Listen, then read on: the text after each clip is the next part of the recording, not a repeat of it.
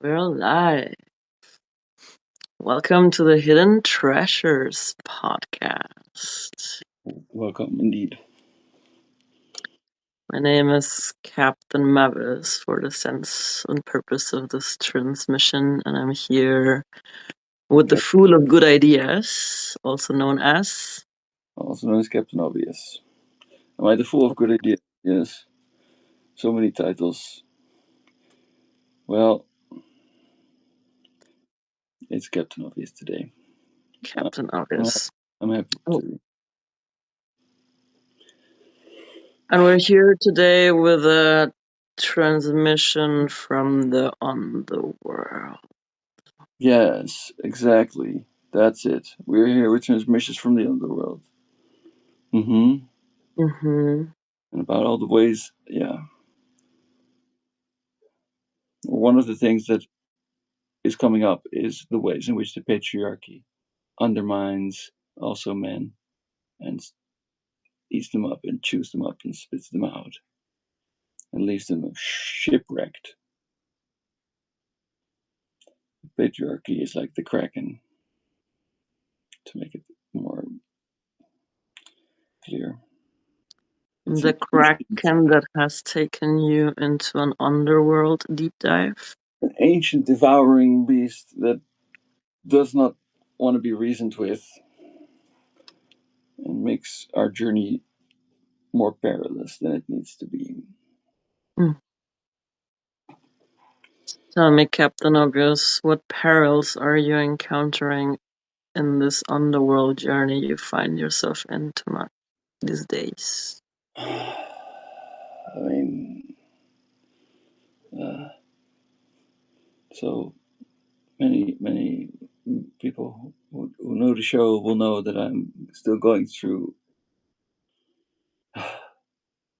just the ravages of heartbreak. And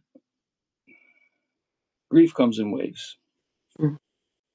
Grief comes in waves. And in my case,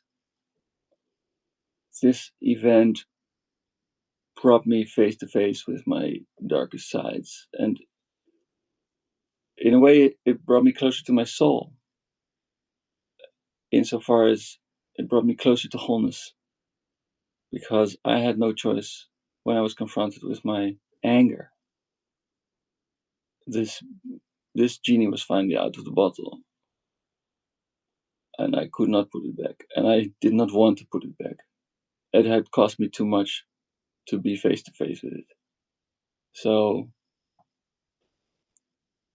the shadow is everything that we don't own about ourselves. I was listening today to This Jungian Life, and there it really came up as well about the shadow isn't just what we deem unwanted, but it's what we like in societally judge. It's literally what you don't integrate of yourself. And can be also a golden shadow, right? Sorry? It's not just the bad. It's not just the bad and the dark traits that we disown. It's also the golden shadow. Yeah, there's brilliant things that we just didn't feel safe to embody growing up for whatever reason. It can be really nice things about yourself that you keep buried because it was too triggering for the people around you, or because it was not appreciated and you needed appreciation for some other reasons. Like there's many angles and many steps in which these things end up configuring our personality. All the ways our self-expression is not invited, it's not received. Yeah, so I got really hurt, and it was just and I'm just grieving it and learning. And I had a bad day today, but it was a bad day because I went into things that I knew would be uncomfortable. It was an episode of this podcast about betrayal, and then another episode about regret, and I really went into it. I didn't give myself much space to. And I was just doing the dishes and like, I don't know, getting into it, really getting into it, cleaning out my pens, like going through things, washing my hair and untangling it like I had dreadlocks in it. When I have dreadlocks, I know I'm like, you know, then I know I'm really stuck, really stuck. So I was really stuck. So I know about the betrayal part of your journey and of heartbreak. What is it about regret that came up for you today? I'm curious.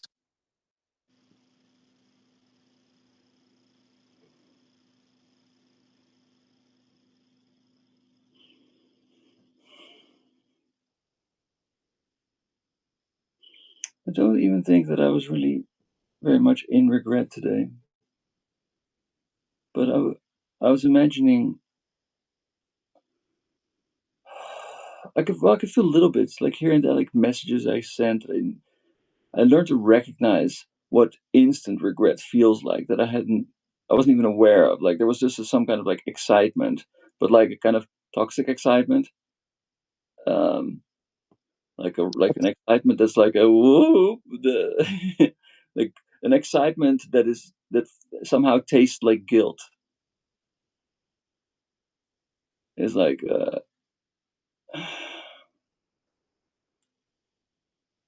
know the feeling when you get caught and you just get like adrenaline and but gross adrenaline. I don't know. Out of like anticipation of punishment? Yeah, something like that, or just maybe there's no punishment. I immediately think of slot machines.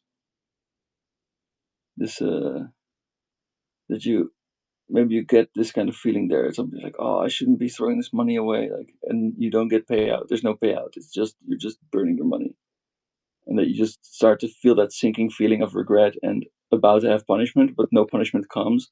Instead, the machine is still rewarding you somehow.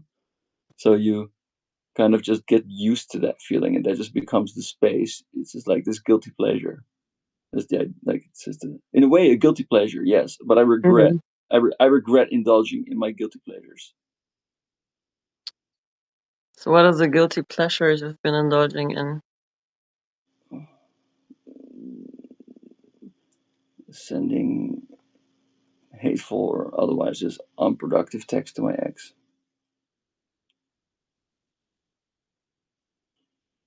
Um, yeah, that's definitely. I noticed it as that this is a guilty pleasure that I was indulging in, and then feel regret about doing it.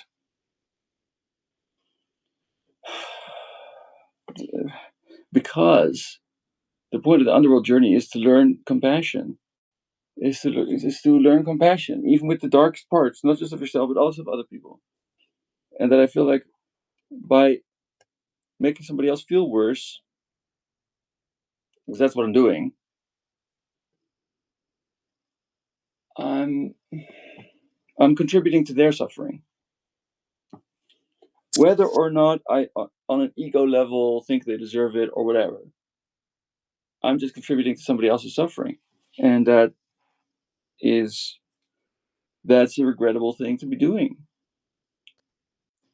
That's a regrettable thing to be doing. By doing that, how are you contributing to the maintenance of your own suffering? Oh, I worsen my own suffering. I worsen my own suffering in that moment for sure. It does not help. I felt today. It was. I felt today like when you know when you know you have to throw up but you don't, and then you're just walking around with that sick feeling. That was my day. Yeah, really grim. And I picture my father. I know his face, like oh, the cynical humor, so much grief behind that, Hmm. and it's such a But at the same time, it's so tempting to be in that, to be there, and to run away, and to keep finding mental exit ramps from the highway to hell that is going into my feelings. Hmm. And I So just there's want to get off it and go do the bumper carts.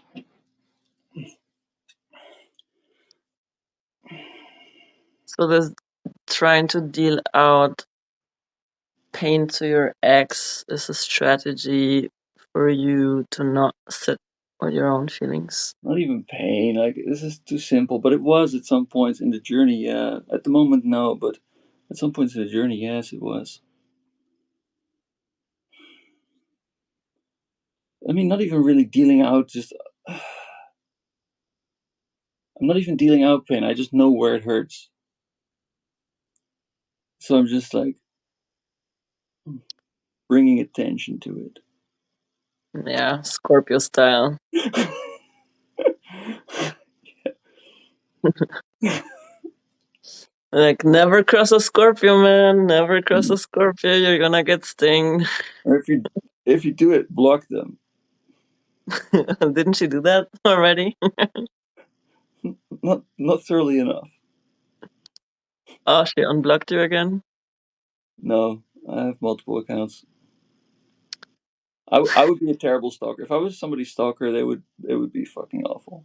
Also, this I can also notice, like, I'm touching the contours of these things. I'm not getting lost in it.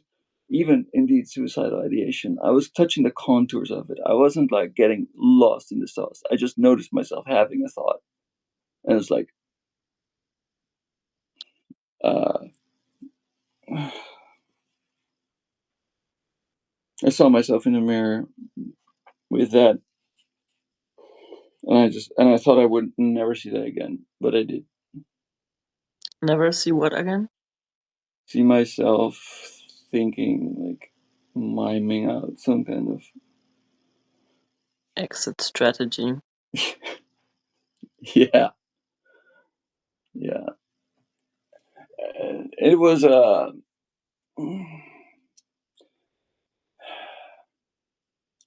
no, I was really devastated. Not necessarily today. I was devastated in this process, Mm. and when you like lift up one of the floor tiles in the backyard to like see all the fucking maggots eat your buried cats or whatever, you know, I had to look. I had to look, and I think that's something to do. I think there's some value in it. Looking at the rotting carcass inside of you. Yeah, because you got to feel it. The more you actually feel it and stay with it, and don't. And I'm having compassion also, again, with my dad, having compassion with this in not even inability, just like distance from your feelings, and that like when I cry, I get a stuffed nose. And when I have a stuffed nose and I can't breathe, I need to breathe in order to process my feelings. And if my nose is stuffed, I get claustrophobic. So there's like a sense of when I'm crying and my nose gets blocked, I get claustrophobic as well. It gets like so there it that's why it's such a good metaphor to have say how much that you have literally emotional space to Mm, feel, to invite your feelings in. Like, look, I have, and my dad has this much space, mm, headroom for breathing. When mm. he cries, it's like I've seen him cry sometimes. I've seen him cry on occasion, and I can tell that it takes courage for him to let himself, and he finds it very difficult. And the feeling underneath are immense. And I have a lot more freedom to let myself feel and let myself emote. And because I don't have many examples of that, or that the examples that I've had are, in a way, I judge them for being like dramatic. I judge myself for being dramatic, but I feel like I'm judging myself less for being dramatic than he does, or just like the pathos. And at the same time, I am suspicious of yielding to my emotions because I don't want to be overindulging in them and invite them in as spirits to just like play me. That's not. I think it's good to keep in mind that possibility. Um, I want to share a bit Hmm. that shifted something for me there, because I also had a big tendency, especially with the waves of grief, to go like full on in, like right into the end, going wild, going deep, and this going after this longing of feeling the bottom of it. And I was in an ayahuasca ceremony, the first and only ayahuasca ceremony I've participated on so far, um, where I also had this experience of feeling the pain and started emoting and started feeling into the grief. And I went into the dark, like went away from the fire, went away from the crew because I didn't feel welcome there. And then went fully into it, like, sobbing and wailing and shouting and crying and full on. Hmm. At some point, the shaman comes to me, like, and says, like, the medicine sent me to give you a message. Right? Okay. Sobbing, like, full mess. And he's like, there's two ways of feeling the grief and feeling the pain. One of them is when we are in full presence with the emotion and allow the tears to flow and be with them in presence. And that is a way that we cleanse and transmute the pain of our soul.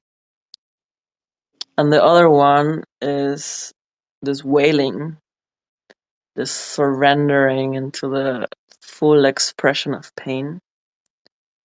And when we do that, he says, we open the portals of grief and we invite all the spirits and all the unfelt grief that's in the field around to be dumped through us. And I think you're doing the latter. And I was like,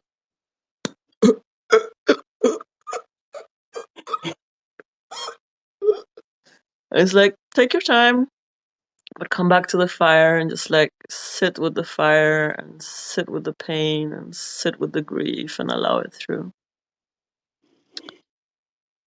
And I did still cry the whole night, but it was like this calm way of crying, of just like allowing the tears to flow and just like sit with it, be present with it. And I think there's some very powerful truth to that, because when we're like wailing and that what you shared about not fully surrendering to that emotion and let the emotion take you for a ride, right? Yeah, yeah, like And this with the snake. And it is this presence that it requires, presence and spaciousness in a way as well, of course. And often I think we don't allow emotions through because we fear that we're going to get overwhelmed by the wave and it's going to take us for a ride. We might end up there where you are, that you can't breathe and you feel claustrophobic and you feel like drowning in the grief and drowning in the pain.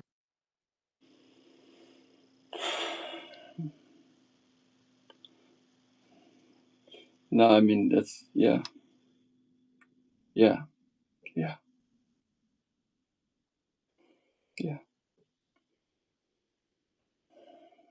And it's not. I don't even know if that's really healing. It's more healing than not doing it. But when we, yeah, and I picture also again my dad rolling that boulder forward, and I think he got it. He got it over somehow. He did get it over. He still has his feelings, but I feel like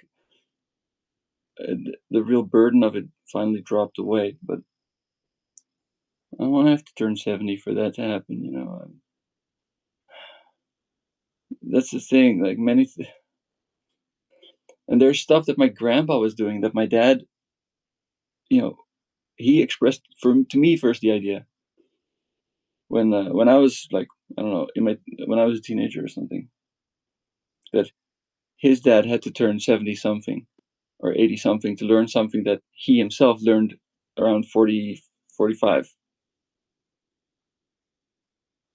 So that, and in a way, this activated for me the idea that, oh yeah, and I learned stuff, that he learns when he's 50. I learned it at 20 or 25, and it's like, so maybe at some point, everything that we everything that we fix, that we learn, our kids don't have to like still do.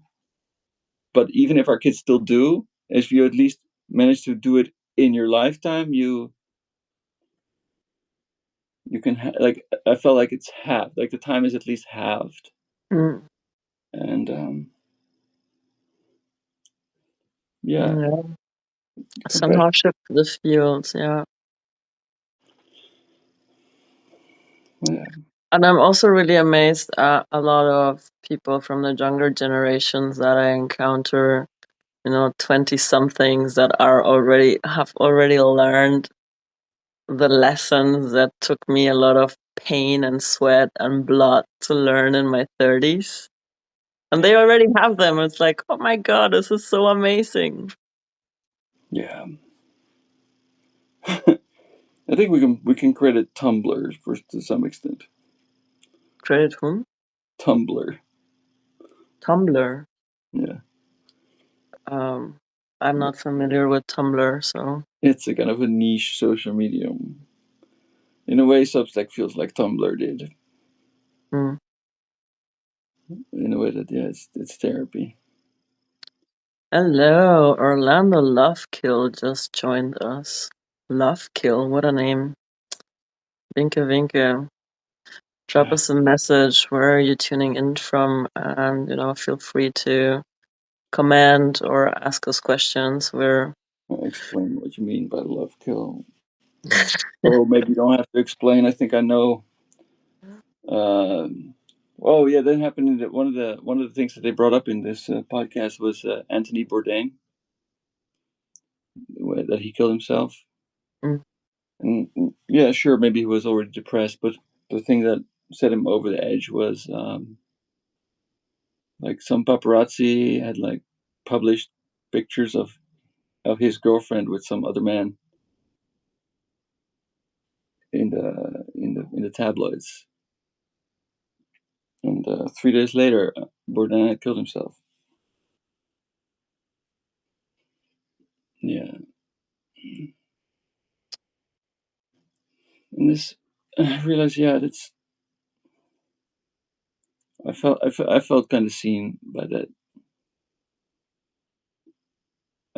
Yeah, it helped me feel less crazy. Yeah, less crazy. This loops back to conversation we were having in the last episode about um, the fear of being labeled crazy and what it means when you get slapped on that label and excluded from discourse, from reasonable discourse. yeah, like I was somehow being unreasonable for having my feelings, Mm, feeling this way, for being emotional, for feeling betrayed, feeling unfairly treated.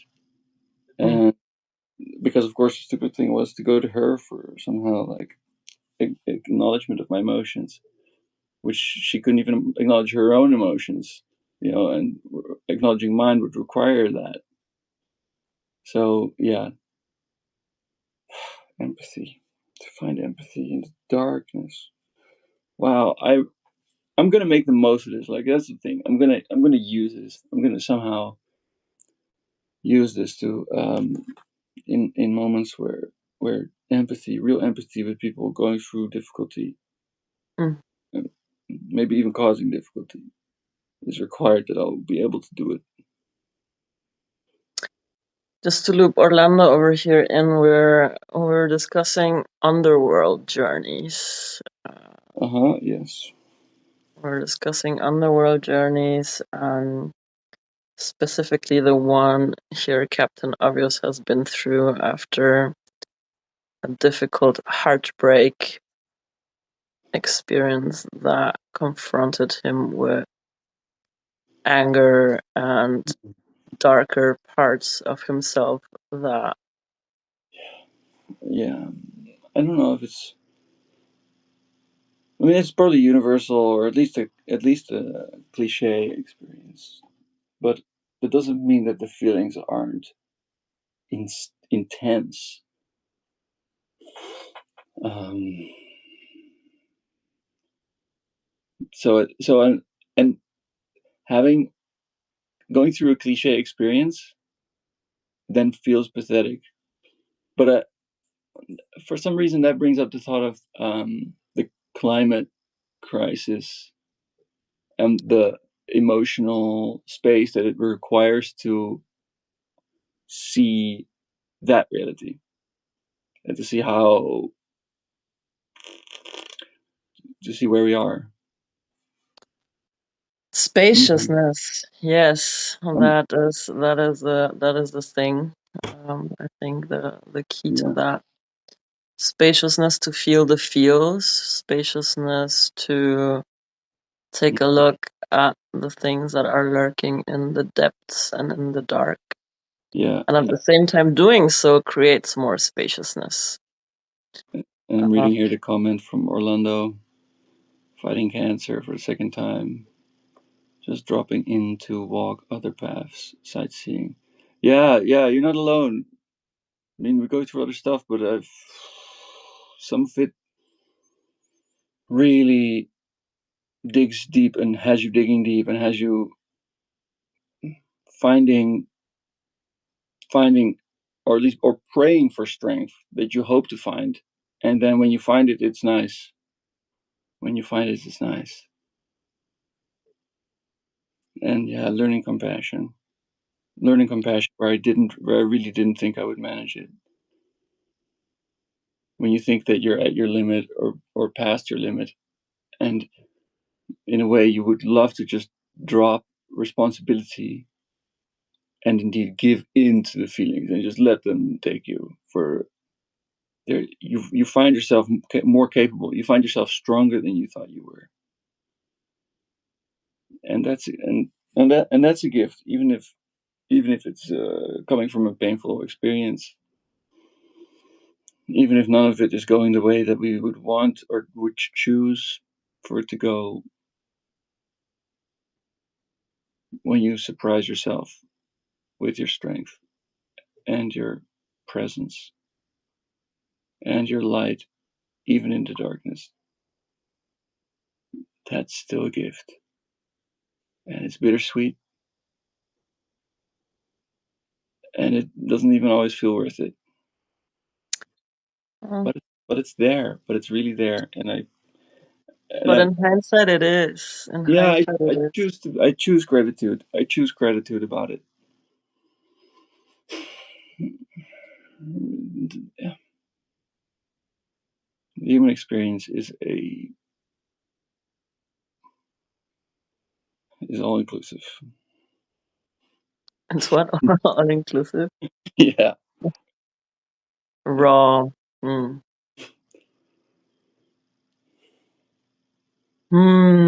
So this learning compassion for the darker parts in us, for the parts that are full of rage, that are full of hate, that are full of despair, that are, mm, Anger. hurting at the end of the day, right? It's Yeah. And people are hurting. People are hurting and massive. People are hurting so bad. It's really. It feels like when you have one of those wounds that like where you feel your heartbeat somewhere where you normally don't feel your heartbeat because it's like raw and swollen and cut, and it's just like that. It's like that. It's like that. It's like a sweltering bruise. but at some point in that journey, when you're being confronted with your deepest wounds, you start going into this healing journey of looking at the wounds and poking at them to see what they will reveal. You need to ask yourself, when are you starting to do wound porn?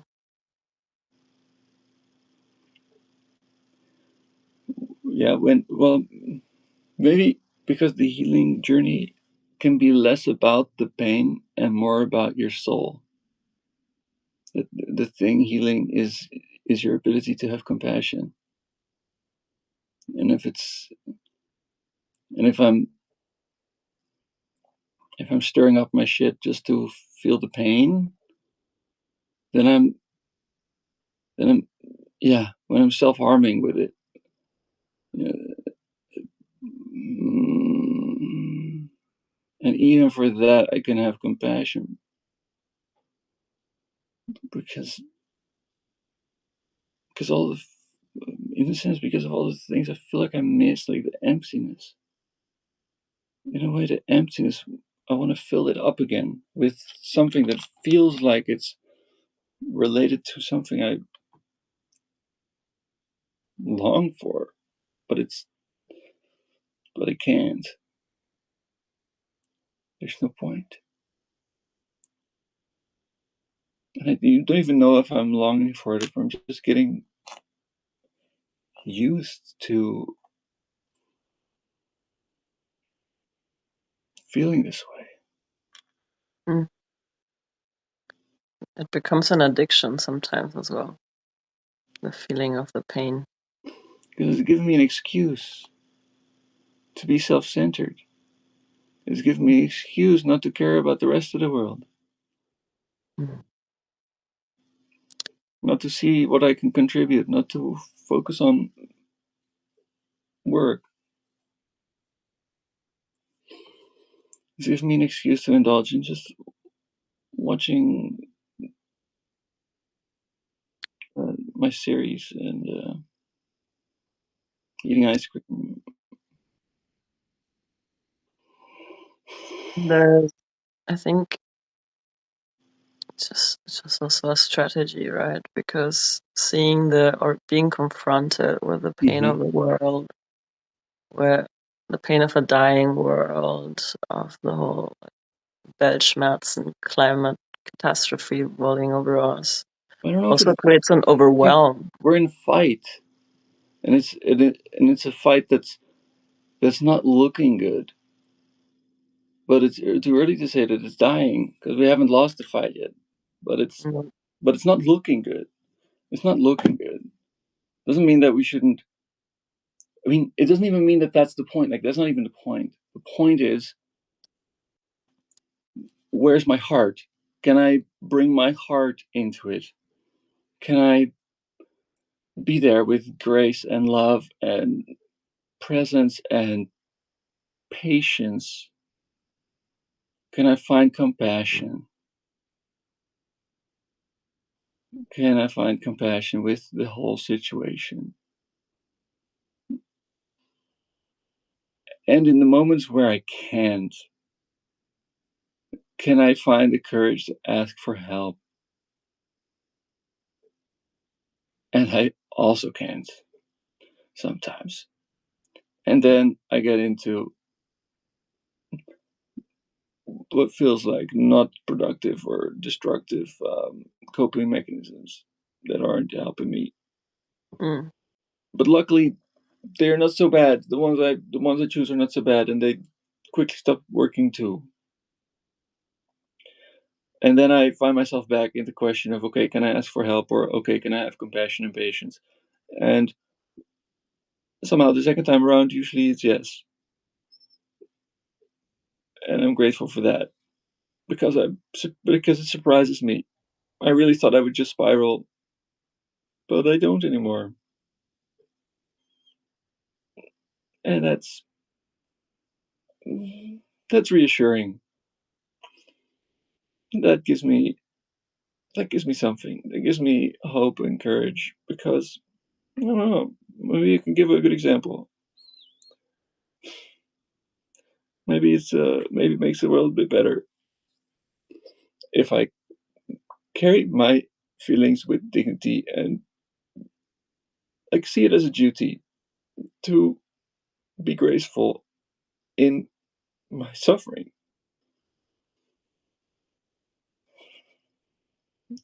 and to be transparent and let it flow, but don't get washed away by it. Stay present. Hmm.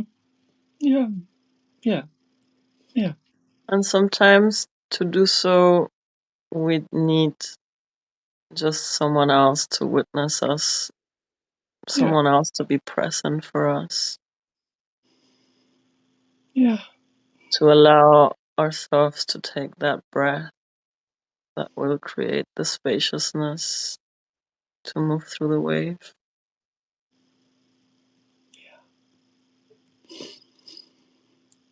yeah. And I thank you. You're a great help in this.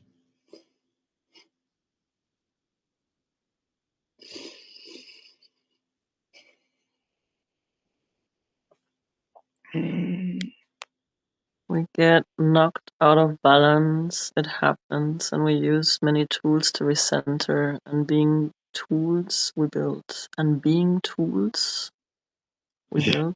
I don't understand that last part. We're yeah. tools. We're food. But we are tools, We and are tools. because we're tools, we build. Yeah, yeah. I see Mm. that public life, private life. This is nice.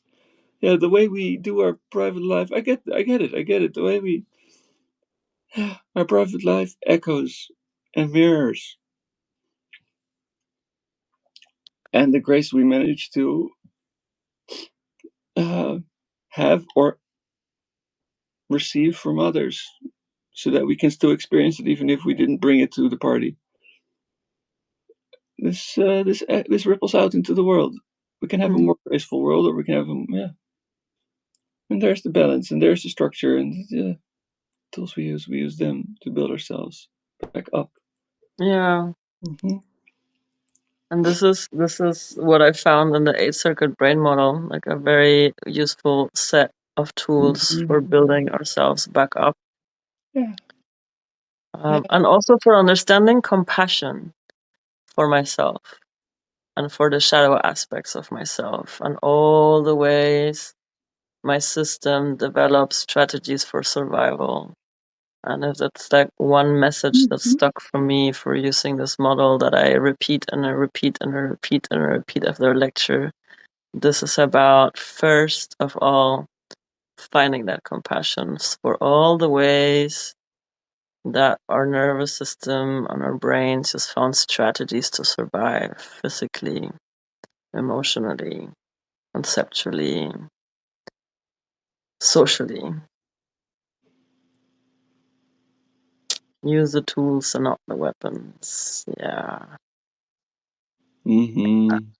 Every tool can be wielded as a weapon as well, for sure. I mean, But we also find weapons. Yeah. that's also true for the 8 circuit brain model. If you understand how it works, it's very easy also to brainwash other people. Well, one thing I discovered in the dark is that the same way that our sense of humor uses the same structures as our capacity for cruelty. Hmm. Elaborate. In order to be, in order to tickle somebody's funny bone, you have to be able to relate to them. You have to be able to relate to them, yeah, and have to have a little understanding for them, and understand what moves them, and turn it, The script. and you can also, if you know somebody and understand what moves them, and you can touch something that you can twist, can also really, really inflict suffering with. So that's why, yeah. I found today my sense of humor and my sense of my capacity for cruelty intermingle.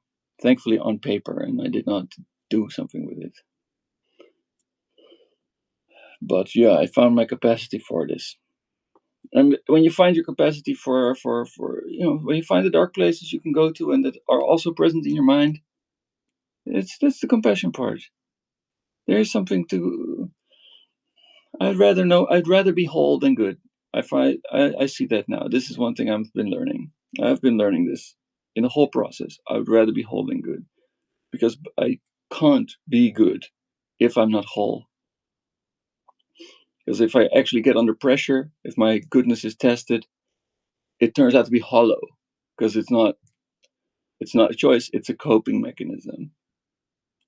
Because I don't know myself well enough to know, like, I can't promise to be good if I don't know what it would look like to be tested on that.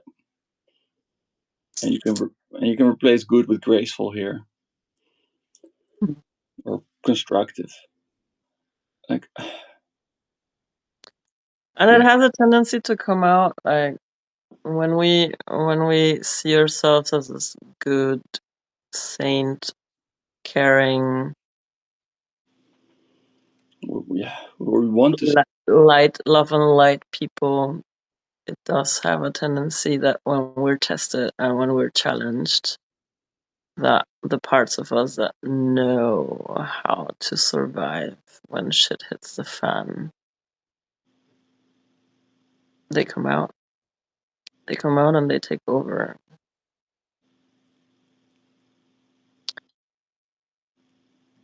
Yeah.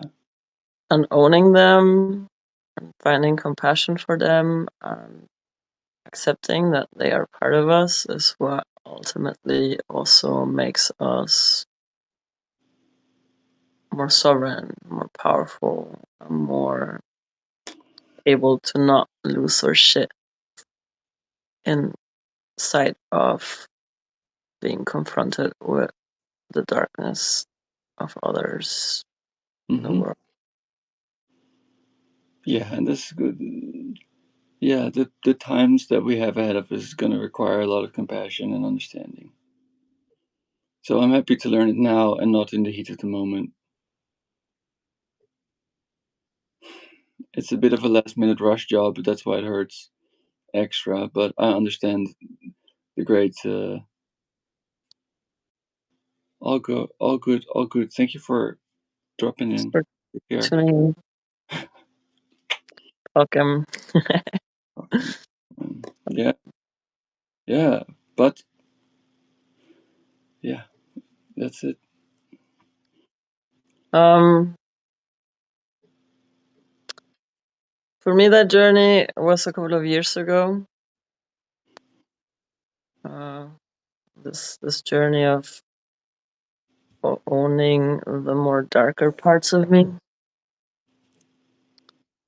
Uh, I also fancied myself, yeah, limitless, friendly, compassionate, serving of others, people pleasing, loved myself in this role of, oh, I'm the strong one, I'm the pillar for everyone, overgiving to the extent of Mm, sitting it all away.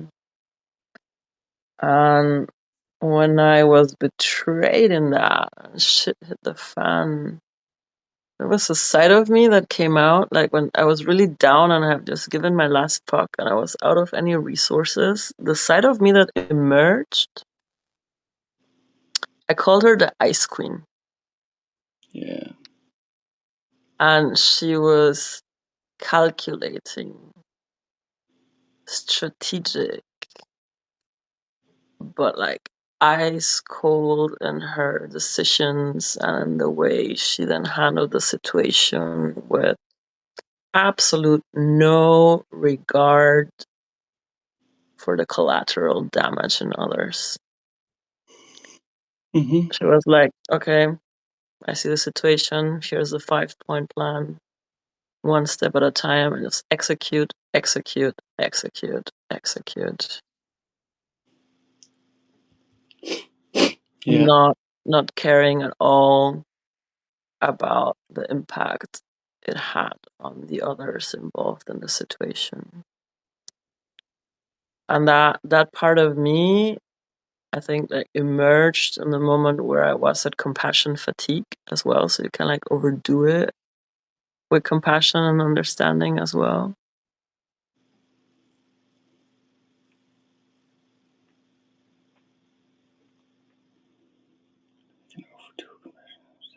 Yes. I don't want to overcompensate in that direction. I don't want to, because you end up in. I'm imagining from my experience, community life is going to be a lot of managing relationships and managing tensions between people also.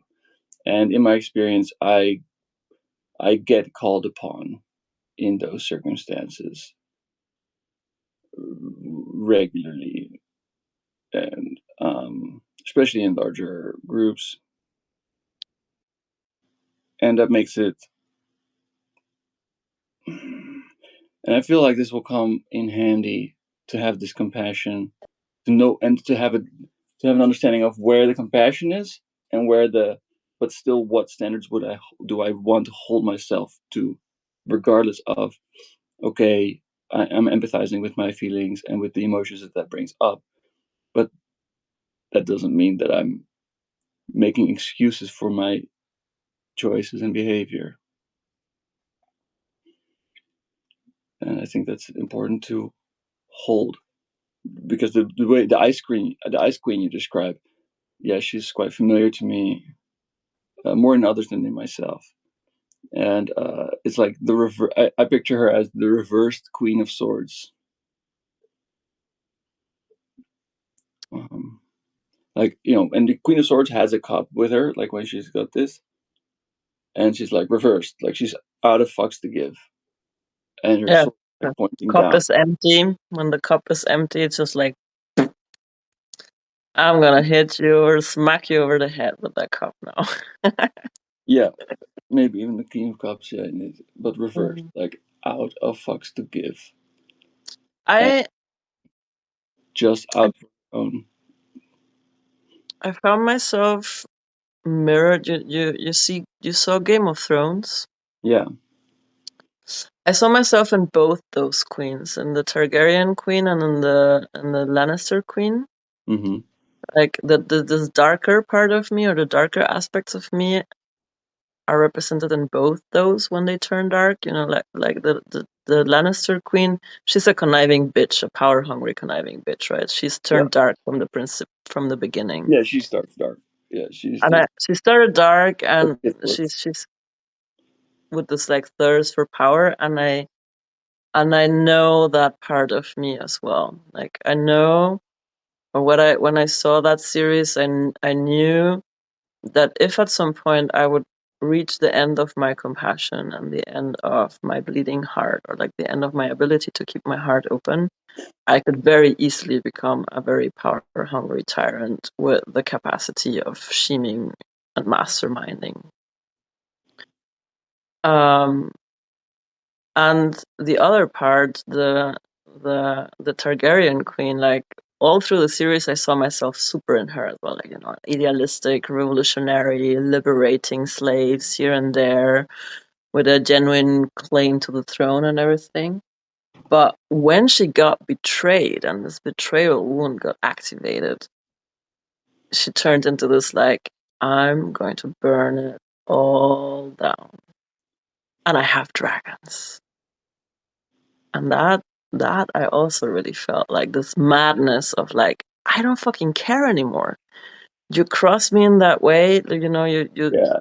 overstretch my sympathy, my compassion, and my empathy, Yeah.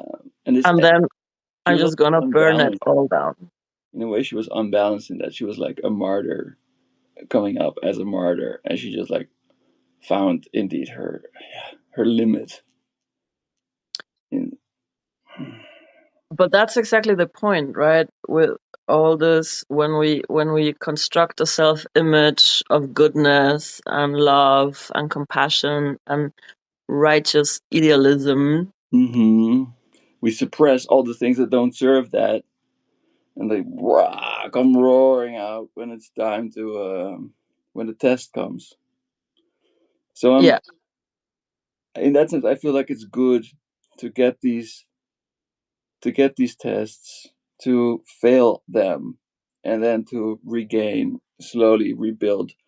Indeed, like was Orlando said, like you rebuild yourself. You find the tools, you see that they can be used as weapons, but you don't. You use only the tools that you find there to rebuild yourself. And that's just like, and I'm glad that I get to do that at 37 and not at 73.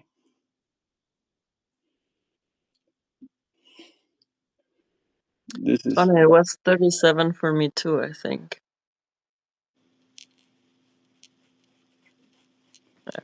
yeah. Yeah.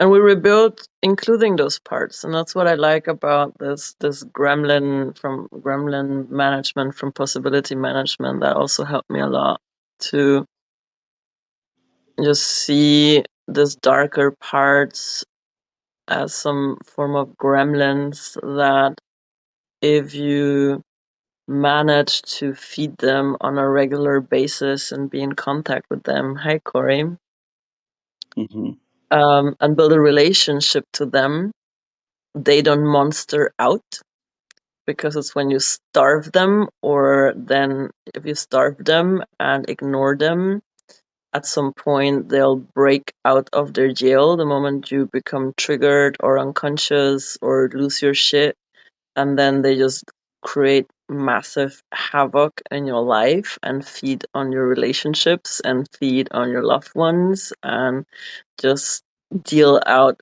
pain and suffering they've been enduring.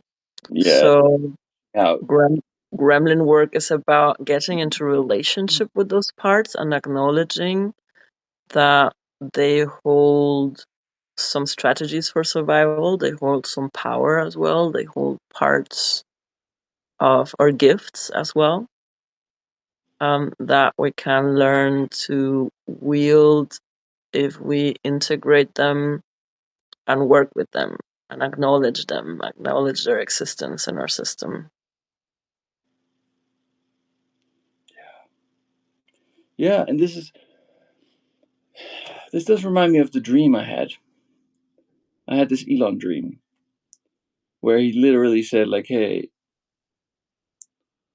you're not activating me. You haven't activated me, and you need to do that if you want to make art." And maybe, yeah, I gotta feed this. I gotta feed this gremlin inside me too.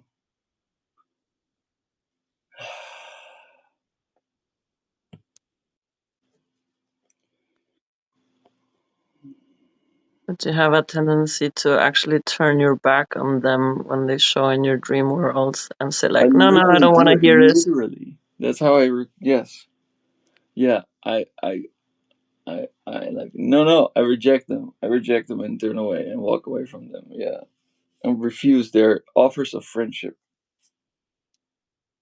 They're actually making you offers of friendship. Yes, And and they're I'm. making you offers of communication and engagement, and you're like, nah, I don't want to hear this. You're not my vibe. But he did also say that I should bring this to you. So yeah, you're giving me the right thing. Yeah, look, they're actually like your shadow is approaching you now to say, like, hey, we're actually friends. Like, come on. Like, why? What's in it for me? Oh, everything. You want to make art, right? You have to activate. Oh, yes. Do I want to make art? Do I really want to make art? Yes, I really want to make art. No, I really want to be that guy who makes art. I don't want to make art. It sounds like work. You want to create I just want to, yeah, I want to create. I do want to create. This comes back to what we were talking in the acid trip of this owning your creative power and going after side quests, Like, preferably even other people's side quests. other people's side quests, so you don't have to own your creative power. Yeah, something like that, indeed.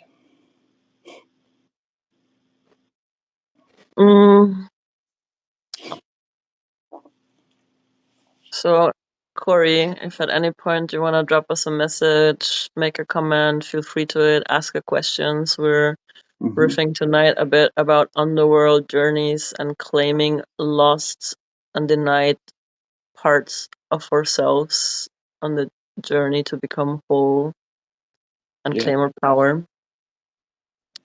That's a topic of the transmission tonight.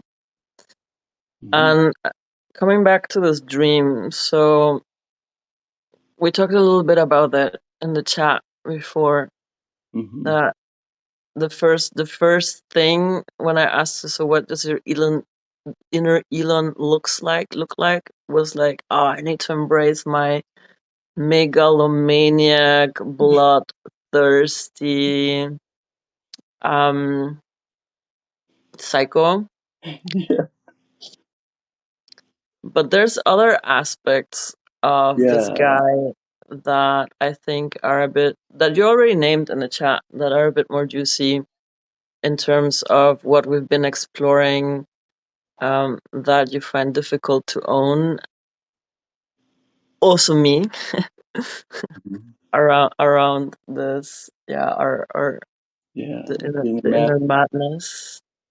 Yeah, there's this being a maverick, like doing the thing, just doing the thing, just do whatever the fuck you want. Just do what you want. Doesn't matter. Without hesitating, without constantly like thinking about, oh, is it the right thing? Is it moral?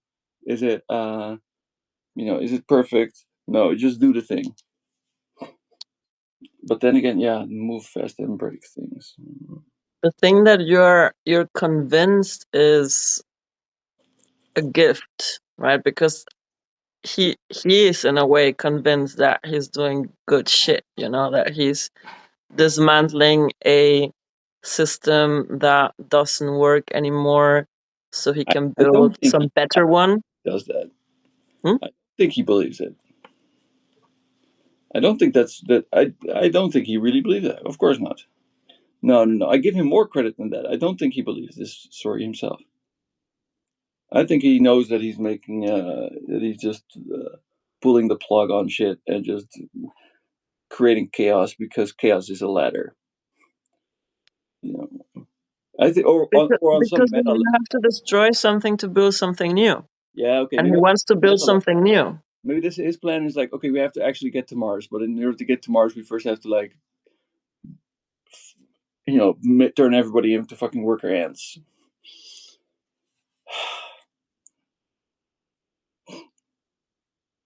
Yeah. There was this other bit though that I found juicy, that you said that he's hell bent on showing the world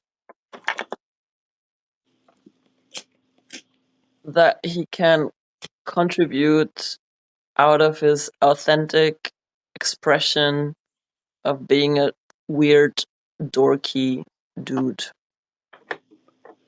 I use the word special.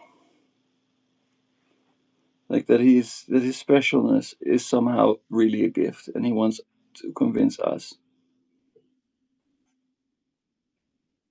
that So maybe it's not about him. It's about me. So where are you not owning? Because I'm judging myself. The specialness of your gift. Because I'm still, I still waste so much time trying to fit in and be like presentable or whatever. And the thing that has me so sucked into that is that I'm still compensating. I'm still doing the trying to fit in thing. I'm still doing that. How are you doing that?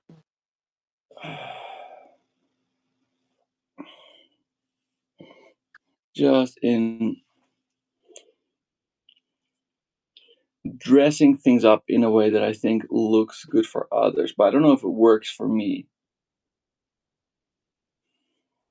Like what?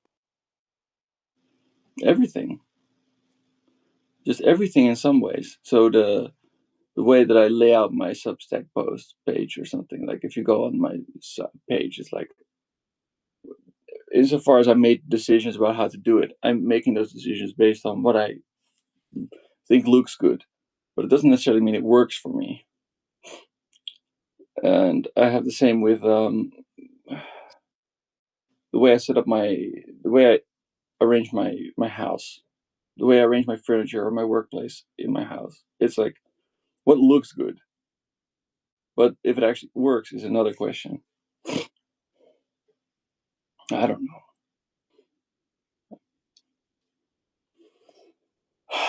But it's not. Are, It's not, I don't know. It's that I don't feel like it's interesting.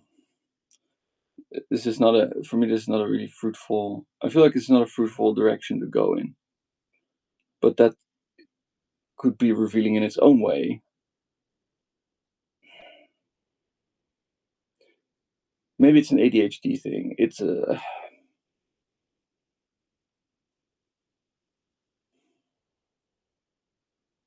maybe I'm just out of ideas. Maybe that's how much I had.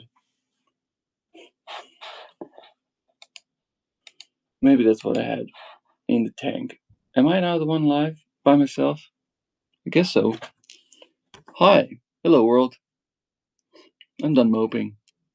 I have so much work to do and I don't have time to play nice and I don't have time to fake it and I don't have time to first get it right.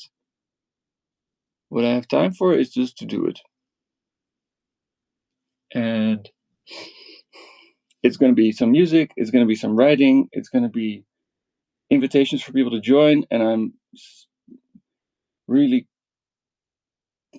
curious why, when I invite people to join, it so rarely happens that they do. But then when they do, I don't feel like I have the follow through to manage the project. So maybe they can already sense that I don't have to follow through because the way that I invite is like the invitation of somebody who is unaware that they don't have to follow through. And therefore, they don't take the invitation.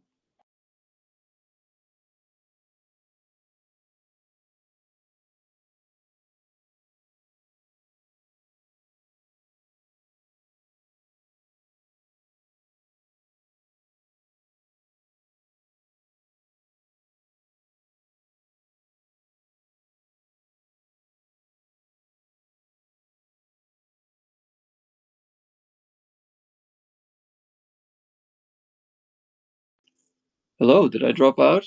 I thought I was talking. I thought I was alone. So I managed to record some stuff while I was alone. I don't know if, but apparently now I'm in. I'm in, but you're not here. I think this is it. I think we're out. I think we had our. I think we had our thing for today. Okay, that's just it. You have me frozen, but you can hear me.